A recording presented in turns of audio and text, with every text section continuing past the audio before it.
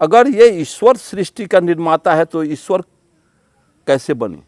तो जब मानव भाषा बनाई, बाद में मानव भगवान जात पात की रचना की, ईश्वर सृष्टि नहीं बनाई।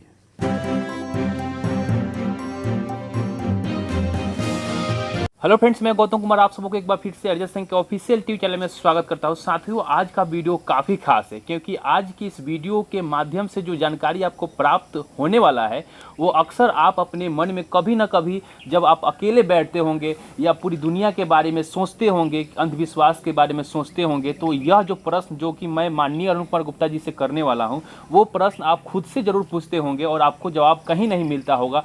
आप इसके लिए बहुत सारे वीडियो तलाशते होंगे लेकिन वो जानकारी आपको कहीं नहीं मिलता होगा। जो जानकारी आज हमारे साथ जुड़े हुए हैं माननीय अरुण कुमार गुप्ता जी, जो अरिजीत संघ के बिहार प्रदेश अध्यक्ष हैं, वो आपको बताएंगे। प्रश्न यह है माननीय अरुण कुमार गुप्ता जी कि हम लोग अंधविश्वास का विरोध करते हैं, तमाम देवी देवताओं को काल्पनिक बताते हैं, तो ये जो पूरा सृष्टि है वो किसने बनाई? क्या ईश्वर है?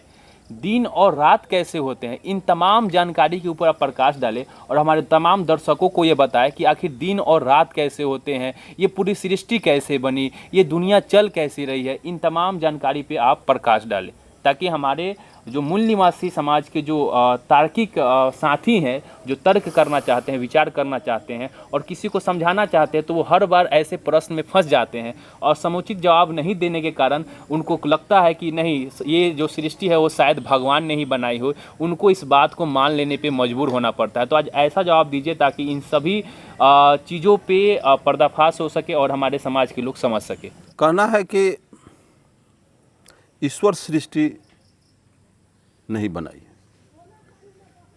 सृष्टि पदार्थ से बनी हुई है। ईश्वर काल्पनिक चीज़ है जिसको मार्क्स ने कहा है कि गलत विचार आम जनता में घर कर जाती है तो एक भौतिक ताकत बन जाता है। जब हम पाषाण युग, जब भाषा नहीं बनी हुई थी तो भगवान भी नहीं बना था, ईश्वर नहीं था, जात पात नहीं थी।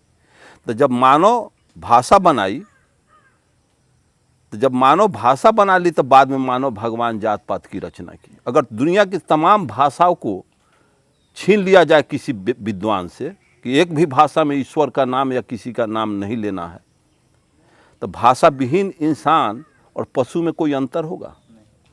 जब मानव से भाषा ले लिया जाए तो कुछ नहीं बोल सकता है। जब मानव भाषा बना लिया तो बाद में मानव भगवान जात पात की रचना की, भूत प्रेत की रचना की, धर्म का रचना किया। और ये सब काल्पनिक चीज़ है। धर्म की ज़रूरत मानव को नहीं है, कर्म की ज़रूरत है। धर्म से आज तक दुनिया का विकास नहीं हुआ। आज हम जिंदा हैं तो विज्ञान के वजह से। विज्ञान से सारे जीव सृष्टि के जितने भी सृष्टि के अंदर ये चकाचौंध है को हम देख रहे हैं, सब विज्ञान का देन है। धार्मिक कोई नहीं, हम ईश्वर का घर हम बनाते हैं। एक बार भारत में हल्ला हुआ था कि गणेश दूध पी रहा है। कितना बेवकूफ़ भारत के लोगों को बना दिया है? वो मूर्ति न बोलेगा, न चलेगा, न सांस लेगा, न लैट्रिन करेगा, न खाएगा, और दूध पी रहा है। कितना अज्ञानी भारतवासी हैं।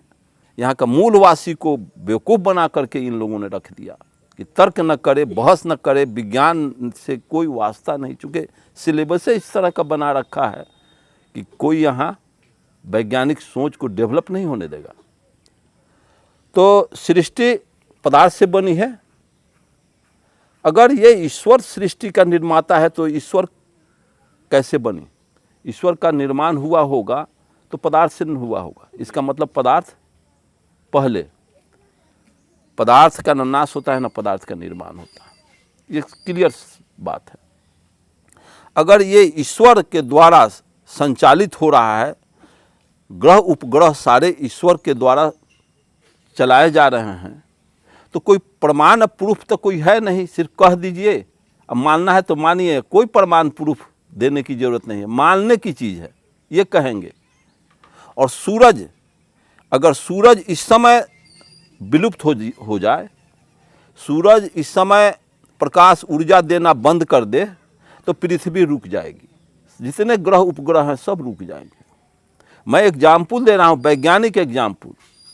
जब 11 महीना में ये सूरज का ऊर्जा जो अरबों खरबों कैलोरी ऊर्जा जब सेंटअप सूरज वहाँ से करती है पृथ्वी के लिए और ग्रह के लिए अलग, तो जब सूरज ऊर्जा वहाँ से पूरे ग्रह उपग्रह में निहारिका सौरमंडल में सारे सौरमंडल में सूरज का ऊर्जा जब सेंटअप होता है सूरज से, तो इसके अंतरिक्ष में आने के बाद ओजोन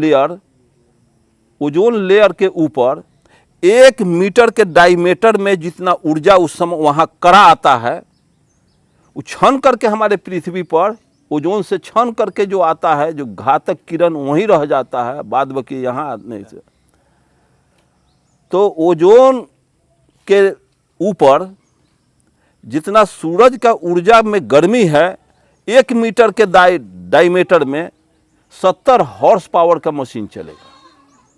अब बताइए कि पृथ्वी पर जितना ऊर्जा है, कितना हॉर्स पावर, अरबों खरबों से भी ज़्यादा नील पद्म के हिसाब में जाएगा हॉर्स पावर में, इससे भी ज़्यादा होगा।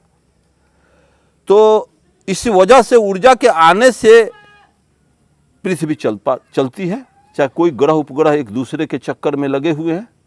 तो ऊर्जा पृथ्वी पर आती है बहुत क्षण करके, ऊपर से आते आते यहाँ पृथ्वी पर आते आते उतना ही ऊर्जा मिल पाता है कि जो वनस्पति उसको बर्दाश्त कर सके, जीव जंतु बर्दाश्त करे, चूँकि ओजोन वहाँ घातक किरण को आने से रोक देती है। और पृथ्वी पर ऊर्जा आने के वजह से पृथ्वी मूव करती है, सूरज की तरफ लुढ़कती है। जैसे जौन पार्ट सूरज के सामने होता है वो वजन और उत्तेजित हो करके सूरज से अलग होना चाहती है, और ठंडा पार्ट सूरज के सामने आना चाहती है।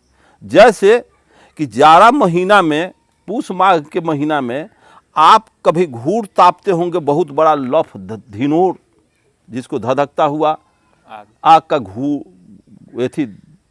घूरा तापते हैं देहात में, तो आगे आपका गर्मा जाता है तो स्वतः आप पीछे का भाग को आगे कर देते हैं। तो यहाँ कौन भगवान उसको मूवमेंट कर दिया, क्योंकि ऊर्जा आप बर्दाश्त करने की स्थिति में आपका शरीर नहीं हुआ, तो बगल में ऊर्जा लेना शुरू करते हैं, वो ऊर्जा से अपना साइड को उछल कर लेते हैं, तो आगे गर्मा जाता है तो पीछे आप स्वतः, तो आपको कौन घुमाता है? ईश्वर।